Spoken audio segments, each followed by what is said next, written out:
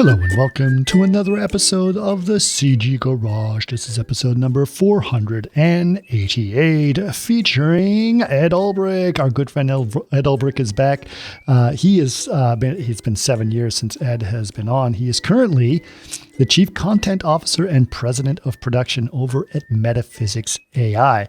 Now, if you guys had listened to the previous episode of Ed, you guys know that he's got a very long history in visual effects, but one of the areas that is specifically interesting with Ed is that he is focused on digital humans. He was one of the people that sort of helped bring the project of Benjamin Buttons to digital domain. He also worked very closely with the people on Tupac Hologram and a few other things, right?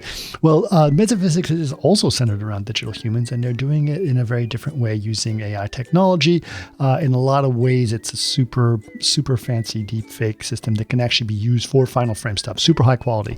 And I should note that it's not sort of the way that people think about deep fakes, where people are doing it without people consent or things like that. This is actually done in a very specific way, which Ed gets deeply into that discussion as well. In fact, they are using it with specific actors themselves who are using the technology on themselves.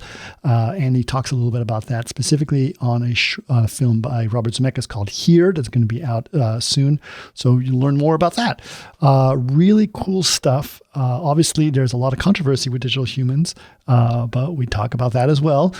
And Ed is probably one of the best people to discuss all of those issues, including the ethics of digital humans and AI. So really, really cool. I'd love to hear your thoughts on it. So be sure and leave your comments if you have any on the subject itself. Okay, I do have a couple of announcements. Project Arena is coming up real soon. There's going to be a lot of announcements around that, so keep an eye out for that.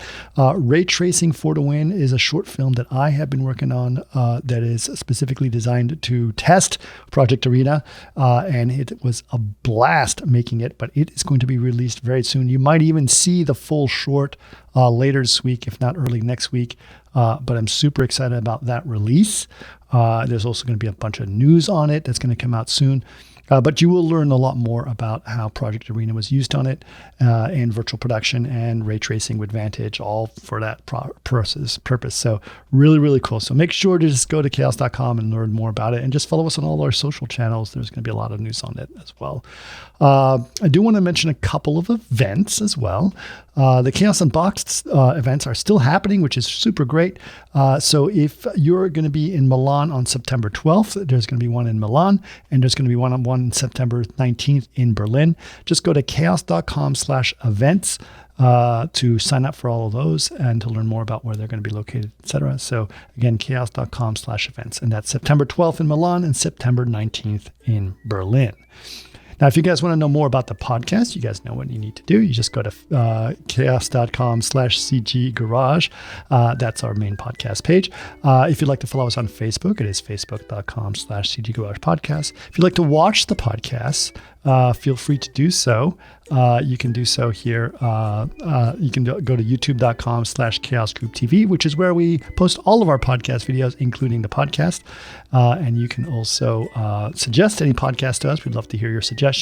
We actually do get many good ones, and we do follow up on almost all of them. labs@chaos.com is our email, labs@chaos.com. But for now, please enjoy episode number 488 with Ed Ulbrich. Welcome to another CG Garage, where the Chaos Group talks.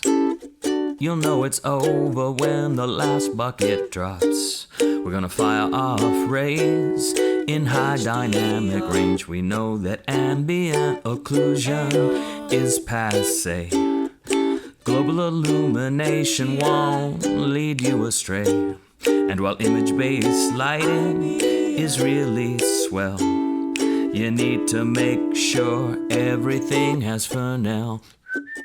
You've been on this podcast before, so you know the drill. It's been many years since we've had you on.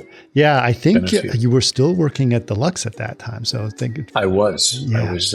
We did it at Method Studios in Santa Monica. That's right. We did it in person at Method. That was a long time ago. Yes. Now the world has changed. The visual effects industry has changed. Oh my. Oh my. Yes, it has. So we have a lot to catch up on, especially, coming from you. That's a fantastic barometer for the industry. But first of all, let's catch people up. Where are you now? What's going on and what's happening with you at this point? Well, so since we last caught up on the podcast, a lot has happened. So I am all in on AI now. I am all in. I've joined a company called Metaphysic, Metaphysic Inc. Metaphysic is an AI technology company first, so we make tools. And I think that's exciting because now we can apply those tools to making really kind of mind-boggling content. And it's mind-boggling in that there's things that previously we wouldn't have even thought of doing because it would have been impossibly expensive or impossible. Right. And then in other cases, because it's just things are so much more accessible, so much faster, so much cheaper, so much better. So I am all into the AI universe of AI applied to filmmaking. I think it goes beyond visual effects. We're going to need new glossary of terms soon. And it's pretty exciting. Yeah. So we're definitely going to get into the AI, not just on what you guys are doing, but what this means to the industry. But more specifically, give us a little bit more of an idea. What does metaphysics do? Obviously, tons of people are doing AI, but they're applying it in different methods. And I'm sure metaphysics is applying it in a certain way and might apply it to other ways differently. But what is your focus now? Like, how are you guys using machine learning right now? Well, I can tell you sort of the use case applications without diving deeply into our tech. Right. So I think famously, I'll tell you what's been reported in the media, but it's been widely covered, which is the movie Here, Here, Here. Something I'm personally just super excited about. It's for me, why I'm here at the company, for me sort of changed everything. It's something I just give, full credit to Kevin Bailey, the visual effects supervisor, who sort of had the courage to even pursue such a thing, something that had never been done before. But he saw a kernel of an idea and technology and applied it in a way, and arguably has, as a result of that, materially benefited the creation of metaphysic, right? It really, it's one thing to develop some technology in a controlled laboratory environment that looks great in a demo. It's another thing to push it through the production of a major motion picture. Right. And so to me, that was just nothing short of exciting. You've heard me say this before, Chris, but I'm having fun again. Like that to me is just such a joy to say. I haven't been able to say those words in a very, very, very long time. Right. And it's just, I'm feeling like, it's the early 90s again, and we're sort of in this renaissance, and there's these new tools. Yeah. And, there is a certain joy in the innovation of it all and being a part of that and seeing some amazing people coming from very disparate backgrounds now. You're seeing data scientists and ML developers, machine learning people coming together with visual effects supervisors, facial animators, people from traditional visual effects. And what I'm seeing in that mashup with these tools is nothing short of extraordinary, to the point where my objectivity has faded now, but I will tell you, my mind is blown every day. I am encouraged. I say this, it's jet fuel for creativity. Sure. And lean in, because in the right hands, people are going to do some amazing things with this. Well, this is very exciting. I mean, Kevin's actually been on. Kevin Bailey's been on this podcast years and years ago, since this podcast is coming up on 10 years, believe it or not. But it's very, very interesting. So I can't, you mentioned the early 90s, and we've been through your career, so we know how that's been. But I am excited about it because I remember you being excited about Benjamin Buttons, right? And I think there's a lot of parallels between what you were doing on Benjamin Buttons, which also had you very excited, and what's going on here. So let's talk about the evolution of digital humans from Benjamin Buttons to what you're doing on here. Yeah. Wow. Well, that's very astute, because there's a lot of parallel. I mean, for me personally, yes, but also like from the industry and a group of people that are kind of my industry family that have become good close friends, and so there's a lot of ways I look at this. Eric Barba, who was the visual effects supervisor on The Curious Case of Benjamin Button, as you know, is also a very good friend, and we've worked together for decades. And it's just so interesting how these things change. So now, he's my client. Right. So we just did a movie together where he's the visual effects supervisor and he's hired us to do work for him. It's just so interesting just how the roles change, but it's so much fun. Mm-hmm. And the spirit of innovation. So that stuff that we did back in the day, you were there, you've seen it. We were setting out we were going to change the world. There was a thing, and we had we had David Fincher who believed in us and had a vision and was passionate as well, and the courage to do something like that. And I tell people, everyone's talking about like the evil AI boogeyman. It's like, well, we didn't used to call it AI. We used to just call it machine learning and computer vision. Right. And we're doing some pretty amazing things back then. So, which was so exciting to be a part of, mm-hmm. and to see just with Barba and Steve Prieg and that whole group, that whole team of people, there's so many, to come together and will that into existence and then make it happen, right, was, something to behold. It was inspiring. Right. And then, I think you've heard me talk about this too. Along the same time as those wonderful things are happening, you're also seeing the visual effects world really changing, and you're seeing it expand and grow exponentially to the point, like I told you, it's like, it saddens me because it starts to become into more like factory work. Right. That's an awful thing to even hear come out of my own mouth, but where you're into these mass production things where, the filmmakers are people you only hear about and never meet, and you're not having that interaction, you're not helping shape a movie with people in the theater every day. There's this separation of the manufacturing of shots from the core filmmaking just because of the sheer scale and size and numbers of people that it takes, thousands of people to make a movie. It's a huge thing. And we're seeing that change again, and it's making it more intimate. Right. Does that reflect? Do you think that reflects in the films themselves? Like, do you see that? Yeah. I think that's a great question. It's funny. There's somebody else. I'll tell you later that you should have on this to give you another perspective completely. Sure. Who's involved in the same movie, but I think it changes a lot of things because it's not just visual effects anymore. Right. Right. The animators in our movies are the actors. Right. Right. Right. So they're driving their own performances. Right. And so, there was all this, you're getting rid of actors. No. This is extending actors. This is letting movies that would have never been made get made. This is letting actors play parts that they might not have been cast in, but now they can. Right? Explain how your technology works so people understand what we're talking about a little bit more. Well, so it's generative AI. We build neural networks, mm-hmm. Or some will call them neural models, based on training data of people, of celebrity, mm-hmm. Of talented actors, movie stars, rappers.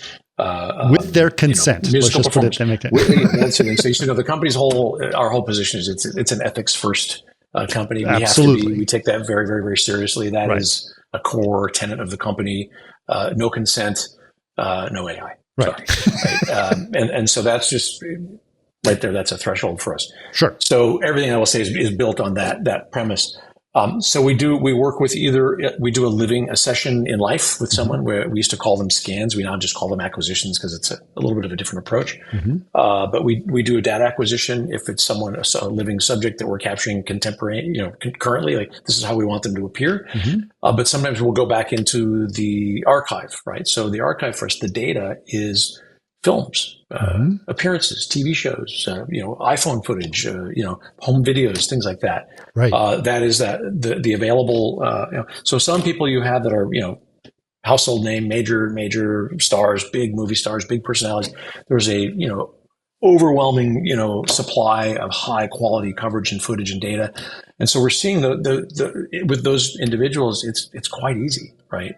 And I'm going to steal a quote, and I'm going to attribute this to, so Rob Legato said this to me. I wish I was mine. I really do. Sure. But it was him. And this was like kind of the awakening I think a lot of us have. Even when directors see this stuff, we work in real time. Right. Right. So you're seeing live real time generative AI. Right. So on set, for example, you're watching an actor, play themselves. Let's say you have an actor, in their, 70s. Mm-hmm. Right. But in Video Village, we see that actor at 20. Or 30 or whatever age needs to be, right? In real time. And we record that composite in real time. Sure. Right. And the editors can go cut with that and you can screen that movie the next day. Right. It's that good. It holds up. right? It's in some cases people are like, well, it looks like it's a final, right? Version 1 is photoreal right out of the box because it all starts from photography. It's all data driven, right? So, I mean, when I saw some of the first tests before I joined the company, you look at it like, my God, how many animators did that take? Like, none. Right. What? You realize it's a completely different approach. There are no polygons. Right. There's no meshes. Yep. Right. It's all data science, and from trained models, from archives, from an archive of other movies and other footage.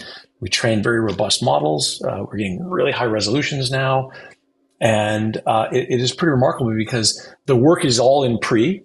It is creating the neural model from a robust data set and then applying it to either a live feed of a camera on set or shots in post. Yep.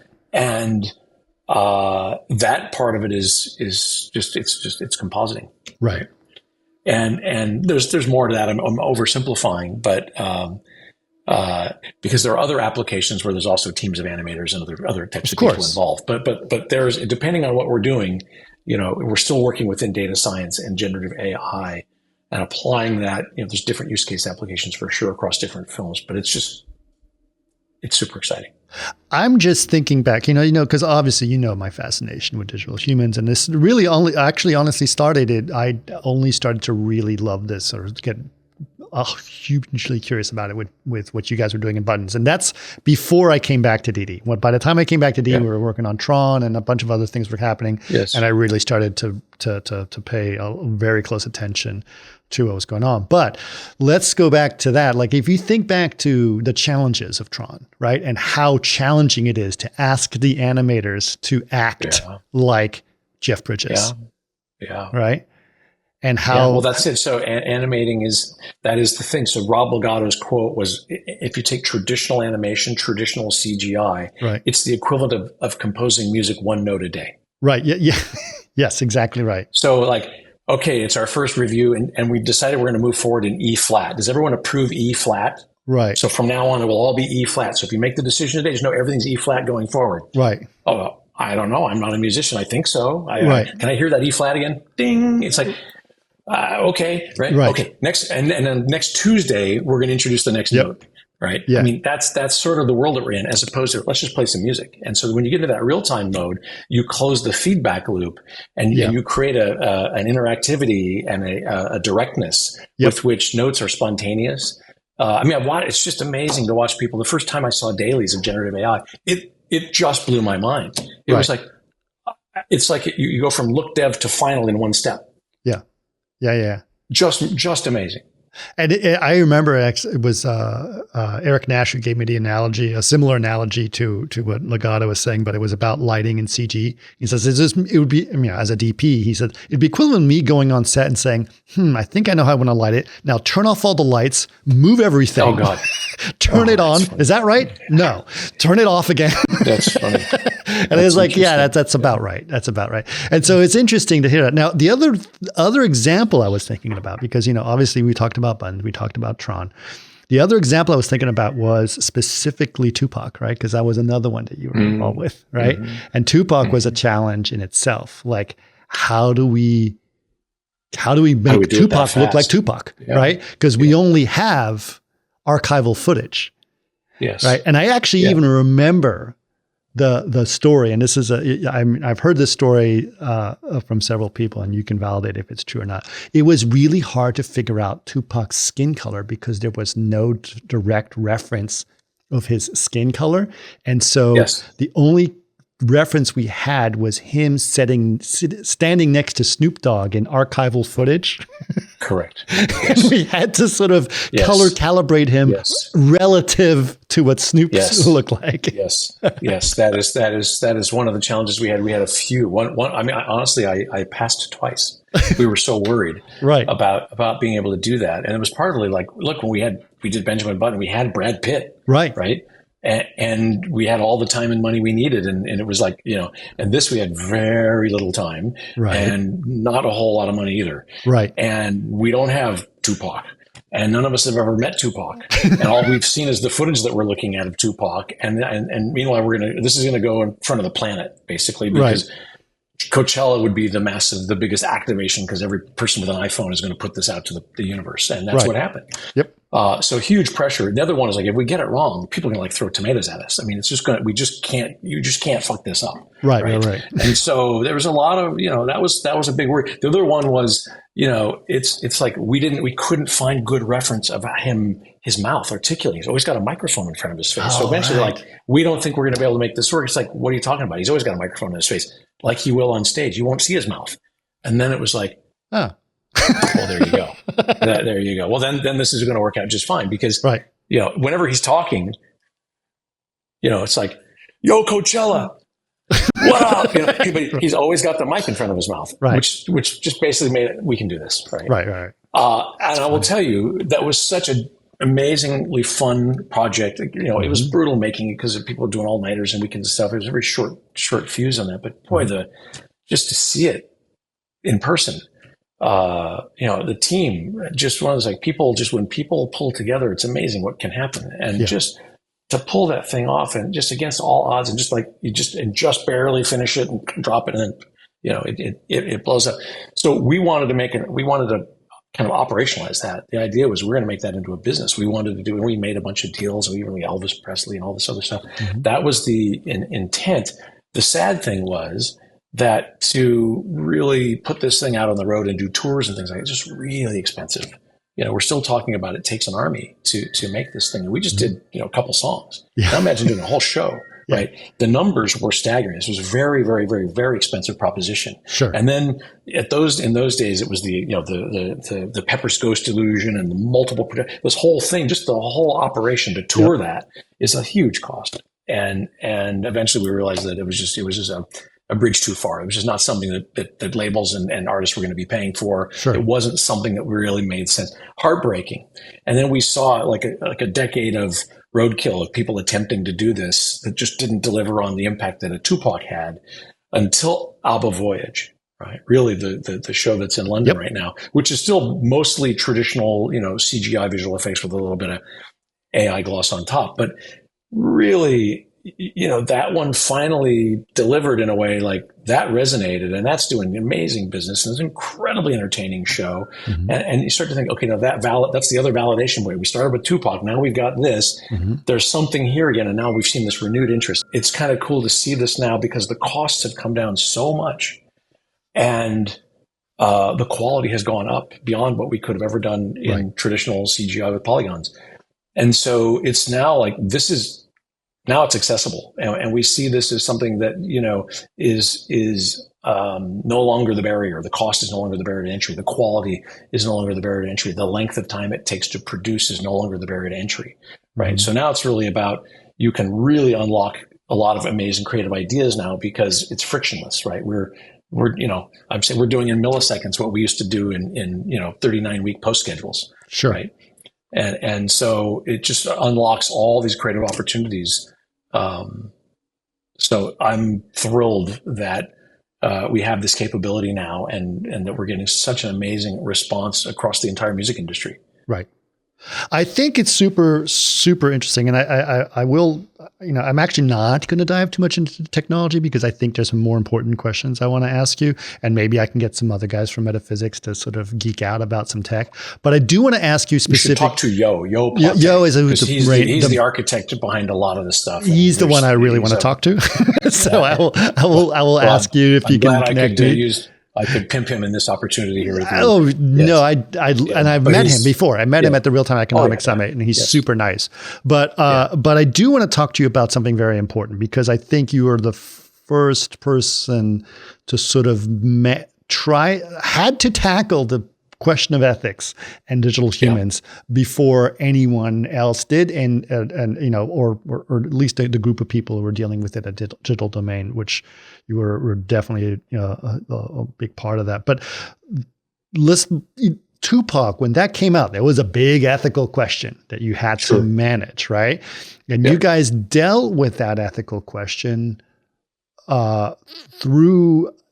by asking, specifically Dre and Snoop and Tupac's family, long before this was a question. Well, I would right? say, yeah. So I'd say, well, digital learning, we didn't actually do that. No. However, they did. So Dre, Snoop, that group, Right, but you asked the same questions that everyone else would. Well, we all did, right? And that was one of the reasons where we got comfortable with that, because quite honestly, no one was making any money. Right? We weren't. We're working at cost. No one's selling new albums with this. There's no T-shirt sales of So there was no version of this that was anything other than truly an earnest, like a tribute in the best possible way to present him with the total care and respect, and not exploiting. And that was the big thing. It's like, this is non-exploitative. There's, no one's making, they're not going to sell incrementally more tickets to Coachella. Coachella's already sold out. Right. So the idea is no one's making a fast buck on this. And that was important. And I thought, and that was not like, we were the recipients of that, because that for us was important, but this is their friend. They grew up together. This is not, we didn't even have to ask. So that really became clear. So that one was, that was the clean. And when the family and everyone got on board, then, okay, we're in.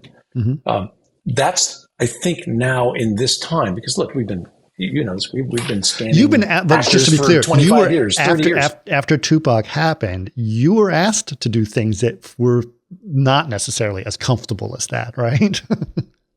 Yes, and I will leave it at that. Yeah, exactly. Things that we did not do. You turned down work. Yeah. Absolutely. Yeah, we're similarly currently today. Yeah. Right. You get a lot of requests, and someone like how hard is that to have to be the person that said yes or no? Yes is easy. No is harder. Right. So you just have people for that. No, I'm kidding. Yeah. But sometimes, it's just not gonna, it's not a fit right now. Oftentimes it's because we're not available. Right. That's always the other one, but there's just certain things we can't do. So we, refrain from political endeavors. Of course. We're just here to help save the world from boredom in the best possible way.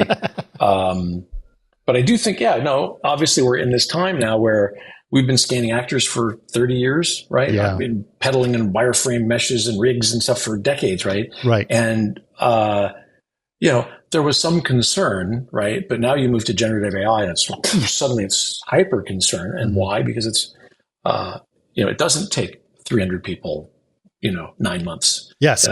Back in the day, scanning an actor at ICT cost a lot of money. So the barriers have come down, and this is where we lean into now the era of regulation, laws. It's time. And so our view of this, and I think others agree, and others are doing similarly. Some are not, but behave as if, right?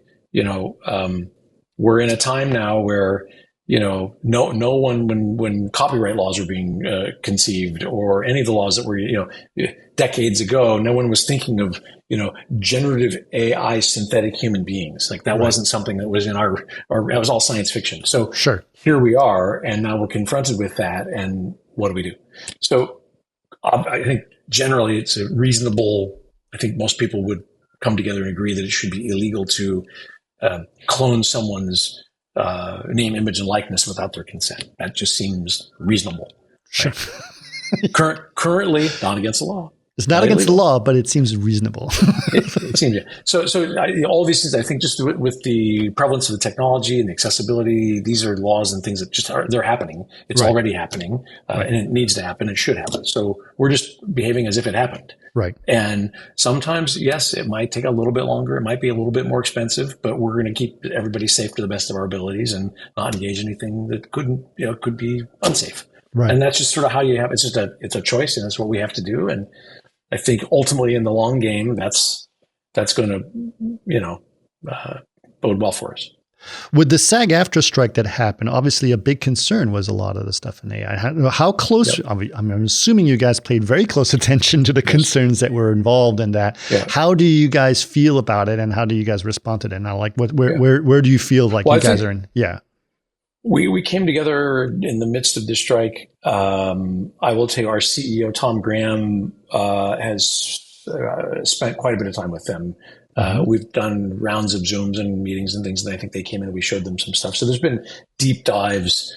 A lot of our companies, some of the origins of the company are built on some kind of, legal activism, if you will, or some human rights activism as it relates to AI. So that's a passion of our co-founders for sure.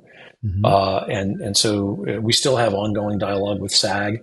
We're also aligned with the studios. I mean, I think the issue is just it needs to be talked about. People need to be educated, and I think the lack of education is the gap, right? It's filling that in with how do you get rid of the boogeyman aspect of like AI evil kind of? Well, I think a lot of that was media, quite honestly, during the strike. And people were taking the writer's strike and applying the SAG and putting these two things together. It's just the evil AI. Right. The boogeyman's going to get you. And we were the boogeyman. Right. And it's like, well, AI is like talking about medicine or science. I mean, just a vast spectrum of different things. So you can't paint it all with the same brush. And there are people, I'll never use AI. Do you use WordPerfect? Do you use Google? I mean, it's like at a certain point. Have you used Google Maps to get to your next meeting? How do you think that happens? Right. So I think the media fanned those flames a lot. Sure. And I made think for good clicks. Strike, made for good clicks. A lot of it's more interesting to talk about than residuals and things like that. So, but from that, I think it has created this mutual. I mean, obviously, it's become a thing. There's an agreement now, and people are talking about that and now operating underneath that agreement. And I think a couple things also happened during the strike. When people came back from the strike, I mean, it's no secret. A lot of shows that were going pre-strike may not have continued post-strike. And ones that did continue post-strike came with budget challenges, right? And we all started to feel those squeezes. So the stuff that's moving into production now has kind of gone through that new kind of vetting process. And during that, because it's not lost on most producers and studios, is that, you can look to AI as an opportunity to save costs.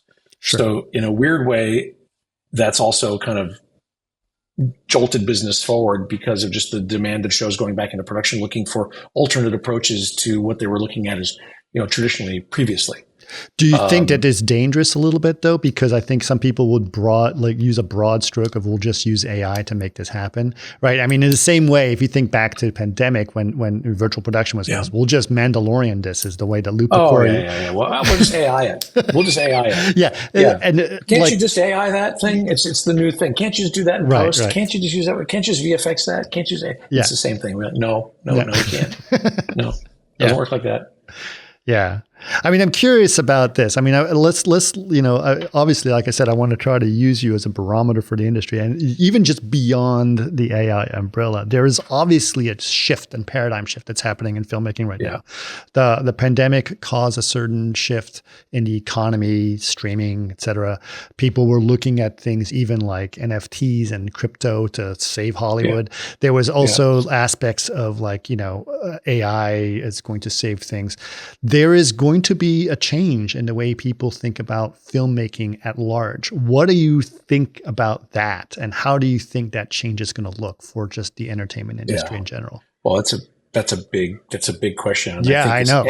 Any of us in any discipline in filmmaking have to be aware of that, right? Right. I think about this all the time, not only just what I do, but also my kids, like, what are they going to do? Right. And, I think it's Jensen Huang's quote from NVIDIA. People shouldn't be afraid of losing their jobs to AI. They should be afraid of losing their jobs to someone using AI. Right. Right.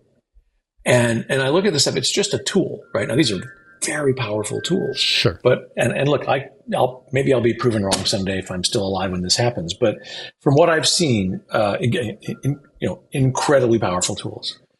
But, I use this, I play guitar. Sure. Now, I think I have fun, right? My kids don't think I'm that good, right? But in my fantasy world, I'm a rock star, right? But I'm saying, if you give me Eddie Van Halen's actual guitar and his rig and his amps and all of his gear, and I play, the tone of my guitar is going to sound a whole lot better than what you see over there. It's still me playing. Right. Right. And so if I'm not very good, it's still not going to be very good. That is my contention. ChatGPT will not make you a great writer, right? It will be written grammatically perfectly, right? But it's still going to be your lame stories, right? Unless you're good. And so I think there's still a room for talent. That's why I go to this thing where AI as tools is jet fuel for creativity. It's a hyper accelerator. And so I think you have to look at shooting, what needs to be shot, how we shoot.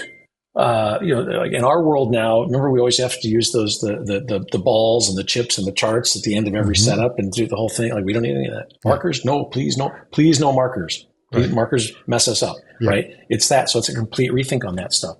But I also think for live action, for production design, for wardrobe, for hair, for makeup, for every department, I look at people are like, well, what would you recommend? That's what I tell my kids is you're look up, because if you don't look up, you're going to get run right over, right? And look up and know what's out there, because I see this. There's tools, the creative tools, like just the idea to be able to do casting without having to pull anything and see them in costumes and see, can this person play this? Can they pull this off? Right. And just the tools for the creators, right? The creative team, the core department heads on a movie when you're shaping that movie, to just accelerate that process and explore new things you would never have time or money to do because the studio won't fund you indefinitely to do anything. Right. Sure. So it just opens. So you unlock all those possibilities. Makeup design, right? Here's some other things, like you have budget challenges on movies. In some cases we can do it, we'll do an entire head in AI. But there are other times, like I love seeing actors play great parts. I love seeing Gary Oldman do Churchill. That's like, to me, that's really exceptional. Right. And so I don't want to eliminate his performance, right? I want to help it. I want to enhance it or work with the makeup department. But sometimes it's just not like to sit through that 6 hours a day, every day of the week. That's really, it's brutal. And I know a lot of actors just have, it's hard. That's hard stuff to do. Right. And so if there's a way to help with that, maybe, we do it in the makeup design and we do acquisitions. There's a way to do key scenes and close-ups and then fill in all the rest where he doesn't have to wear the makeup. Right. And we'll just put the faces on, later. And also it saves a lot of money, but it also lets things move quicker. It saves time on set. It lets movies get made back in reasonable budgets. Right. And so there's all these tools, and those are the departments all coming together in a way to produce something. And sometimes, there's this whole, we always say it's either pixels or plywood. Right. And that is now, no truer words were ever spoken. Now we're really at a point where, how do we want to approach this? It's not visual effects anymore, I contend, right? It's digital production. There's physical production, there's digital production. These things all happen. They're all planned in pre-production, right? And these are valid tools. These are just creative choices now. Yep. There's no bias for one or the other. No, one is not superseded by the other. These are things that you have to embrace going into this thing. And that's where I think AI helps shape what can be done with AI itself, and where the right ways to apply it, where it breaks, where it doesn't work, where you want organic human randomness to play into this as well. That's why I love the fact that we work with actors. You still get that thing in the moment. There's just that thing that happened that you couldn't have planned and you couldn't have written it, and it happened, and we got it, and we can see it, and we can see it in the video playback, and it's magic, right? That's like, it's fun stuff. Yeah. I agree that real time is what you're talking about, right? You're talking about capturing it in the moment, right? Absolutely. Obviously, I've been talking about virtual production stuff, and I feel that when you capture it right then and there, it's like, that's what I wanted. Amen. Yeah. Amen. Well, I shouldn't be making the choices a DP makes 6 months after they shot the film. That's right. That's right. Right. And I think, I think the game engine got us, Unreal got us to a place where, it's sort of front and center, and people are now aware of this, and these are tools, but I think you're going to start to see technology and tools will start to, build on top of that and take us to other places and new possibilities with and without LED walls. But I think virtual production is now more exciting than it's ever been. Right. But what you're doing is, I always like to use the term virtual production much broader than people like to use it today. People just think of LED walls, because what I think you guys are doing is also virtual production. I agree. I agree completely. Thank you. No, I'm glad that you see that, because that really is how we see it too. So today we start with the human head. Yep. Backgrounds, anything. Thoroughly developed. We've now done the first full body in a movie. Right. Can't show you that. Can't talk about it. Can't tell you what it is yet, but it's coming soon. Right. Full body. That is breakthrough stuff. Still really, really, really difficult, but it's a lot easier now. Right. Having done it. So that's coming now. So full synthetic body work. Digi-doubles takes on a whole new meaning then. And then we start to move to the background and move to the rest of the frame. Right. And build tools and apply tools in that way. Again, it's turbocharging creativity, turbocharging the visual effects process, moving it into real time, putting it with the filmmakers, putting the tools in the filmmakers' hands on set, letting people play with it, see it.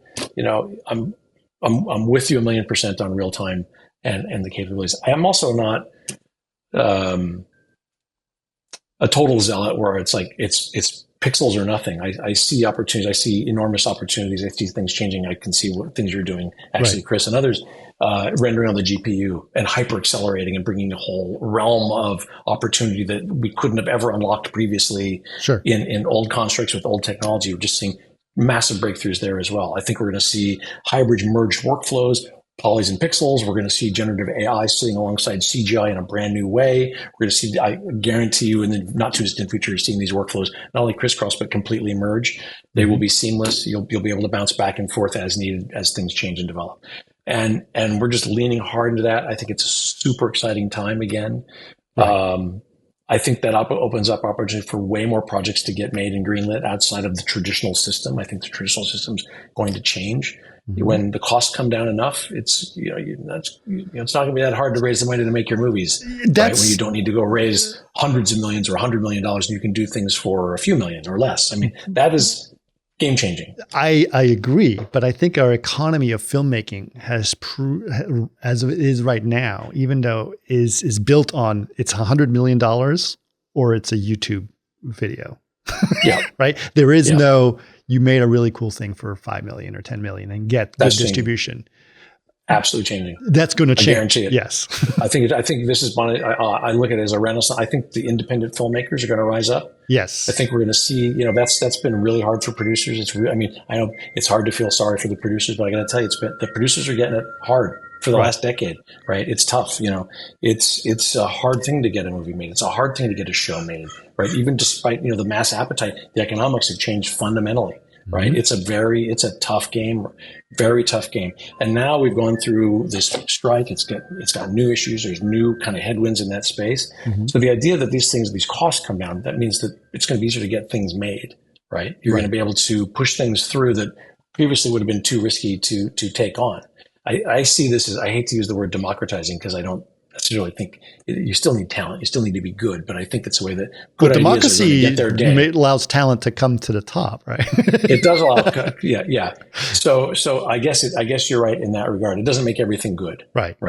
It doesn't make it allows the cream to rise in a way that I think the current system does not, because it's just super high stakes. Yeah, the only way, I hate to pick on this, but the only way you were going to become a successful filmmaker in the past is if you basically were a rich kid and went to USC film school and got your way there, right? Nowadays, you can be anywhere in the world and suddenly filmmaking tools are available to you in a way that they weren't before. I think that's sort of an enlightening way to look at things. And I'm not necessarily saying any which way is the right path or wrong path, but I'm just saying it's nice to see that that's available. I look at a movie like Everything Everywhere All at Once, and I look at that film and I say, okay, well, that was really, really interesting. That movie cost very little money to make, used out of the box tools, including a lot of AI tools to make that film. And people went, what's that? Yeah. Yeah. And I think there's going to be more of those. I agree. People can take chances that you couldn't take chances before because the stakes were so high. Yes. Yeah. Benjamin Button's was an incredible film, but it cost a lot of money. It was a very expensive film. But you think about that's why I say it's like, there's a system today. Sure. Right. That for all the reasons that we all know that have all happened and been covered widely, it's just, we are risk averse. And the game of big IP, it's very risk averse. When you look at cinema, highly risk averse, right? Understandably high stakes, but people aren't taking chances now. There's no let's try. Hey, who knows? Let's try something new. Those days are sort of gone. And I think as we start to see costs come down, and you put these tools in the filmmakers' hands, you're going to see amazing stuff happening. Yeah. Right. And now it can, and now you can look at I think there's the ever elusive, the mid-tier budget movies that everyone wants, but they haven't been able to succeed. I think this is where you start to see this happen. I think you're going to see the production value soar in low budget projects now as a result of great technology. And I think I think you're going to see a renaissance in independent filmmaking on the humble budget level.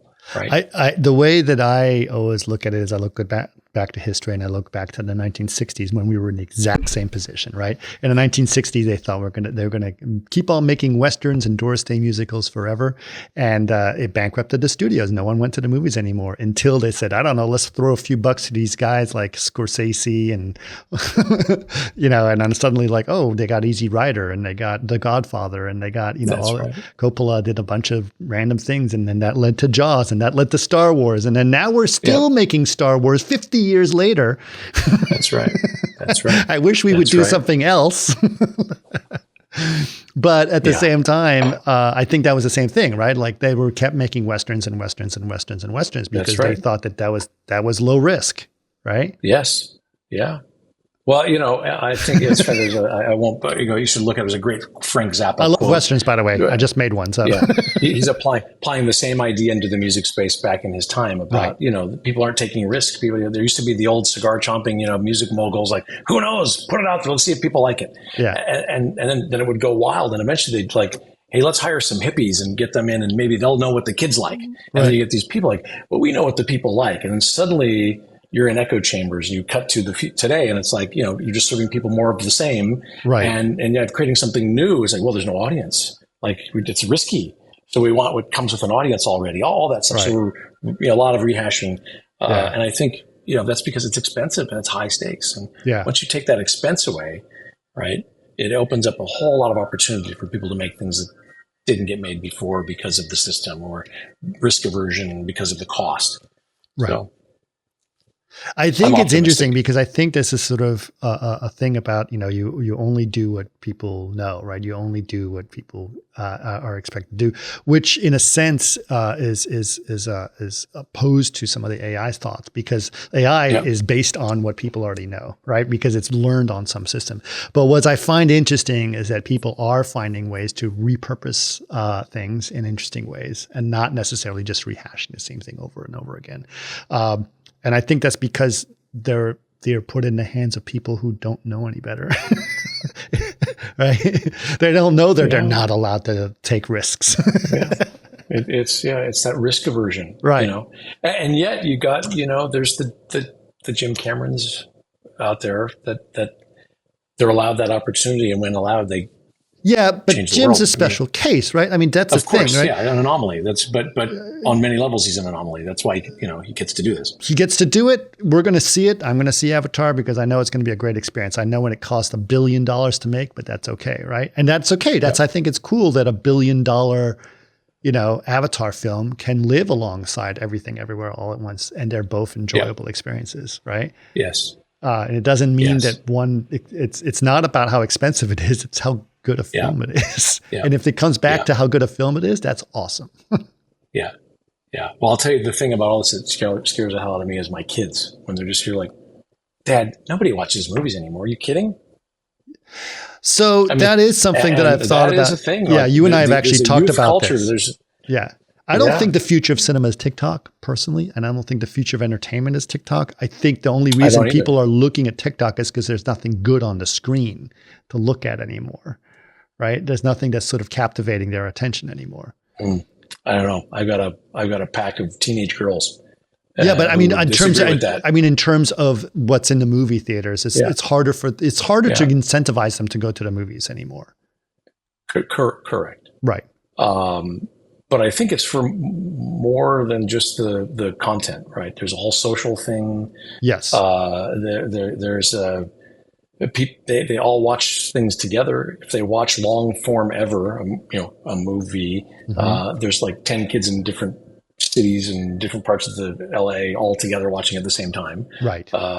It's just a different thing. Which is an interesting, but that is a theatrical experience. It's just in a different way of looking at it. But they're not, but episodic I see is massively popular. Sure. And then you want to go to at least in my focus group, the most popular of all the kids around in my area, it's anime. Right. Like the real deal anime in Japanese, like the old stuff. Yep. Kids love it. Right. Yeah. And it's interesting. You're just kind of seeing like there's this belief that it's always going to be the same thing, but sometimes the audience just moves on. Right? Sure. And so that's the thing I think we have to look at is if we want this movie experience to be a thing, it's probably both the content and the experience. right. of how to appeal, because I'm seeing a generation of kids sort of moving on. Right. I fight it. I saw the new Deadpool film, which I thought was interesting. What I thought was fascinating to me is I sat there and I was looking at a film. I mean, you've heard the Emperor Has No Clothes story, but it was literally looking at the Emperor himself on the screen telling everyone, I have no clothes. This is a BS experience. And everyone said, this is hilarious. And it's like, he's literally telling you on the screen how Marvel screwed up the entire film industry and how he's just doing this for the paycheck. And everyone's laughing at this and says, we can't wait for the next one. I was like, did you not hear what he just said? Wow. I'm I not need to go see that now. I'm like, what? And so, it was an interesting experience. It was fun. And I loved what, honestly, I look back at the first Deadpool and I think that was Tim Miller sort of going, hey, let's see what we do to really kind of mess up this whole experience and find it in an interesting way. And I thought it was great. And they sort of capitalized on it. But now it's like, oh, wait, what's going on? So I think that the film industry is going to go through a revolution. I agree with you. And I think that there's going to be this advent of new tools is going to liberate a lot of people to do that. So that I'm super excited about. What are you the most? I mean, I know you're excited about AI. I know you're excited about what's going on, but where do you see beyond that? Where is this going? What is the entertainment experience that your kids are going to enjoy right now? That's a good question. Something I'm personally excited about, because I'm a music person. I love music. I think you're going to start. Well, stay tuned. I guarantee you, because I know certain things we're involved in. So we do tours. We're touring world tours with major stars. So there's a tour that's just launched. That's awesome. And so the idea of creating just we're way past lasers, lights, and smoke shows at concerts now. Mm-hmm. You're going to start to see some just crazy stuff. It's already begun. And we've done our first 2 tours. We've just launched our third full world tour, long 72-day, big deal. I wish I could tell you what it is, but you're going to be hearing about it very, very soon anyway. Sure. And that's where I'm starting to see it's so much fun. And you're seeing these artists just lighting up, the ability to now think about just not the narrative of their content, but the visual narrative of the content as well. And things that historically would have been so cost prohibitive, you would never have even attempted. And now it's like, there's some amazing stuff that we can bring now to live audiences. It is so much fun. That part of it to me is super exciting, because we're busting formats. We're bringing like almost like Las Vegas stage illusion kinds of ideas to theatrics, to dance and performance, to just live shows. Right. There's so much fun now. And the cool thing is you're just creating illusion. You're creating magic for people, and you're touring it every night. So you get a lot of feedback. People love this stuff. Right. So that is fun. That is a brand new thing. And for us, and, it's sort of, for me personally, scratches an itch I've always had about wanting to be in the music industry. And so, other than just doing the music videos. So this is cool. We're being part of tours. It's fun. But people should remember that you've had a big history in the beginning with a lot of music videos. That's one of your origins, right? Yeah. Well, it's funny, because now I'm 59 years old and I'm saying to myself, wow, it's 3 a.m. and I'm standing on set on a music video again. Wow. And not much has changed in 30 something years. Okay. Well, let's talk about that. How has it changed in that time, from the 90s to today, in terms of making a quote unquote music video? Well, I can tell you some things don't change. Like what didn't change? The music industry didn't change. Now it did. Its distribution and monetization of its IP, music, has fundamentally changed. But the timeframes with which we have to produce things and the amount of pre-planning that we have to plan to produce things is no different than it was in the 90s, where you got like days. It's everything is urgent, everything is last minute. There is a baked-in chaos and entropy in the music industry. It is very reactive. It's super quick. Long-term planning is like 4 to 6 weeks. Right. Whereas in movies, it's 2 to 4 years. Right. That you're planning out. And here it's super, super fast. So, if you think about like movies as like a sine wave. It's these big, slow moving waves, right? And TV episodic is these somewhat more frequent but smaller, amplitude kind of waves. Then you've got like TV commercials that are, and then you got music videos that's like hummingbirds just, and it's just this, but it's, I'm having fun again, right? And it's different now because, in many cases, because of what we're doing with just human likeness, we're doing what's on camera the whole time, often. And so, and as a startup, the other fun thing is like I'm doing all kinds of stuff, many different hats, many different hats, a lot of set supervision. Yeah, I'm actually thinking about back in those days. I mean, music videos were part of MTV. Right? MTV is not around anymore. So now it's about like getting it on social media, getting it on TikTok, getting it on, like TikTok has actually had a huge impact on the music industry. Yeah. Our first music video was this project with Eminem just a couple months ago, Houdini, which is him coming back with the new album that just dropped. And it's Marshall Mathers versus Slim Shady. Right. And to bring them back together again and have them playing off each other. I mean, it was so much fun. So much fun. And that would have just been a staggering fortune a decade ago, and it would have taken too long. It would never got done. It would have been just mission impossible. So to be able to do something like this and do it in a very tight schedule on a music video budget, I mean, fun. I mean, we're having fun. Do you feel that, like, actually it's interesting now that sounds to me like what you're doing on music videos is just like a lot of very quick proof of concepts that's going to get people thinking. Oh yeah, definitely. Because you have like, I got an idea, do it now, right? That's right. You know what else I love about music video work is, so often on movies, television, even advertising, it's all about photoreality. We're creating a likeness in a way. So you're making these precise, it's perfection, right? And in the music video side, we're seeing a much more creative, abstract, painterly, just go crazy, hallucinatory kind of, you're pushing the art of it, more necessarily than the narrative. Because the narrative is it's the lyrics to the song. So it's much more performance driven. But from a visual filmmaking perspective, I mean, you're working with guys who are incredible visualists, amazing directors that bring high design, amazing photography to this. And so it lets us go crazy and do fun, abstract, trippy stuff. Yeah. So I think that's also a nice palate cleanser from doing, long haul movies to then get to go and just play and just really create. Yeah. You don't have time to pixel tweak. That's right. Yeah. That must be liberating in some ways, right?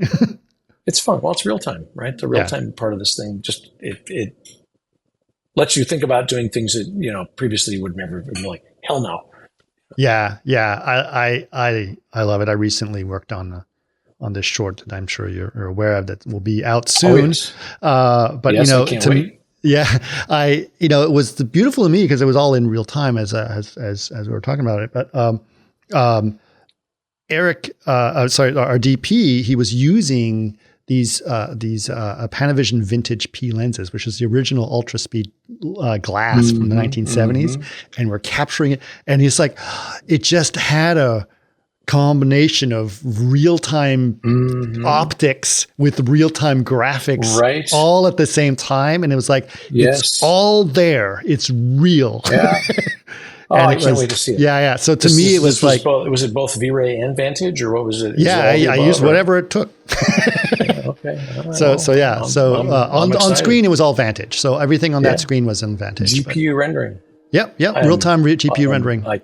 All fully ray traced. Oh, that's where it's at. And 2.5 trillion polygons rendering all in real time. Never crashed. Love it. So that's what I'm talking about is the merging of these these workflows. And also to me, it's let the strengths happen where the strengths happen, right? Let the DP be the DP and not sit them and have them be bogged down by decisions made by technology. And or in your case, let the actors be actors, right? Yeah. Well, and the DP be the DP. That's right. The DP is still lighting the subject. Yeah. Because that light is going on the AI likeness as well. Yeah. Same thing, the lensing. It's like we're not just training on face, we're training on glass, on the what optics. optics you're seeing. We can pull focus, we can, all that stuff. So it's also sits in there with whatever the cameraman's doing, whatever the DP's doing, whatever the makeup. If you put makeup on the subject, we can train so that the new face gets the makeup. Right. So all the departments are still touching this and still coming together, but bringing a new character to life in real time. That's fun stuff. Yeah, that's everyone's still a part of it. And seeing those filmmakers make those decisions is really powerful, right? And it's not, I don't necessarily feel that I'm taking jobs away from people and doing that. I'm just enabling filmmakers to be filmmakers again. That's right. It was really sad when they basically, no wonder they hated CG so much, because they would sit there and render film like a few people in a giant blue volume and hope for the best. There was nothing that really allowed them to really make the right choices. So, and it was a factory, like you said, it was a factory. You just do that part, and then these guys do that part, and then we'll assemble the car, right? The deconstruction of visual effects. Right. The engine's made in Mexico, the body's made in Germany. We'll put it all together, and then it's it's like cross-border manufacturing. So now it's like, let's all just get together and make a car. It'll be really cool. Yeah. Well, I think, the cross-border thing, I think I said we are a fully virtual company. Sure. So you got, people all around, I want to say, I don't know how many, I think it was 13 countries I last looked. I think it's more than that now, but you're all working together. All working together. Right. That's, it's wonderful and challenging and difficult all at the same time. Sure. But that is the future. It also allows, it's very nimble, very light. You don't have these massive high fixed costs. Right. Which allows you to be able to afford these amazing GPUs. It's like, sure.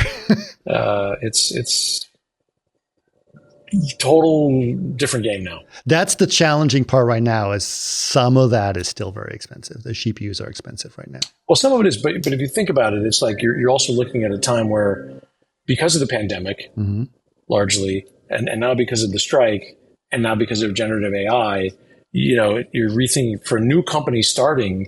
You're not burdened by any legacy systems. No. Yeah. And so you're not burdened by the old, just, I don't think it's old thinking. It's just what you have. Your long-term, large-scale commercial real estate commitments. Right. All these types of things, and we start to think about the cloud was the default. Well, there's an element of cloud, but sometimes it's edge. Right. Sometimes it's your own private cloud. It's your on-prem cloud. It's those types of things. And working remotely and supporting people around the world. Even after the pandemic ended, not everybody wanted to come back to work. And so a lot of people sitting on dead zombie commercial real estate in our industry still having to pay for that. And that's a burden, right? So we are really, looking into just the idea of now new remote workflows. But the challenge is, how do you keep culture? How do you build a strong culture? How do you have people have an identity with the company and all those things? And that's the stuff we're still learning.